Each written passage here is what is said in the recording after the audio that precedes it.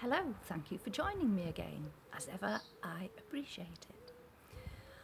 I thought that I would tell you a couple of little stories that I've always found amusing about the royal family. I've never had any stories to tell about the Queen because they've only been second, third, fourth hand, but these were much more local to me, shall I say. There's one about Prince Andrew, but I'm not going to tell that one. So, the ones I'm going to tell you are about Princess Margaret. And she was coming on a royal visit to the Air Force base that we were stationed at. And I happened to be in charge of flowers at this station. So I was given my little pocket of money and I ordered in the flowers, and then the day before set about arranging them with a couple of helpers. And we always had to put a little posy into what was known as the royal loo. Now, whether all Air Force officers' messes had a royal loo, I have no idea. But this royal loo was tucked away where other people didn't know about it.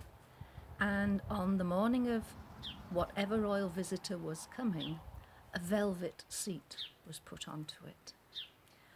And we had to have a little posy on the back of the toilet. So I arranged this little posy, put it in the back of the toilet, and got on with the rest. And the morning of the Queen's visit, apparently when whoever it was responsible for putting the velvet seat on went to do that, the ceiling had fallen in. Nothing to do with me. But I just thought, ooh, what a good job that didn't happen when Princess Margaret was, shall we say, using the facilities. We sorted it out. I made another little posy that went on because the first one was crushed. I seemed to have a sparrow joining in, twittering away, probably not very happy about me sitting under its nest.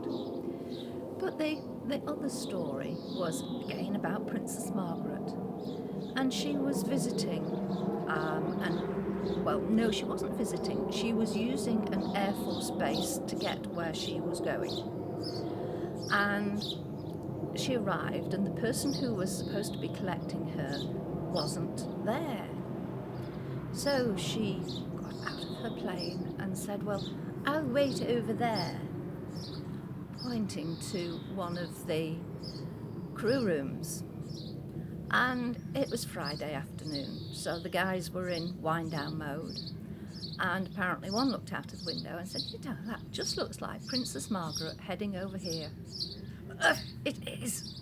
So a quick clearing of all the dirty mugs and dirty cups and spoons and everything. Hiding of the magazines, I should imagine. And tightening of flying suits. And the boss went and welcomed her in, and she was offered a coffee, and she gratefully accepted and was given one of the huge great poes, we used to call them, big heavy beakers, mugs should I say, that they used to use. And she accepted this, but then asked, could she have a spoon please? Well, spoons were quite a rarity because they seemed to apparently disappear with regular monotony. A spoon was produced, and apparently it was brown. But no, she sort of looked at it and then began to drink her coffee through the spoon, not the beaker. I think she'd have been better off with the old Poe there. Anyway, they were making polite chit-chat, and then she made it known that she needed to use the facilities. Now, it wasn't a mess, so there wasn't a royal loo. And in fact, apparently, the toilets were just stalls in the corner of the hangar. So somebody was swiftly dispatched to make sure that everything was in order, well, as in order as it could be on a Friday afternoon. And apparently there was an airman in there, thumbing through a magazine, and shall we just say he had been in there some considerable time. The guy just shouted at him, "Don't say anything, just keep up your feet, lift up your feet, and keep absolutely still." That's what he did. Princess Margaret entered, made no comment about any possible odours that might have been around, partook of the facilities, and exited stage left back to the crew room, where fortunately her person who was collecting her had arrived. So that, I feel, gives a whole new perspective to the royal we and the stories that that little airman must have told of him sitting curled upon the toilet, daring not to breathe. I'll love you and leave you with those thoughts of the late Princess Margaret. Do take care. Do click that subscribe and have a good day. See you tomorrow. Bye.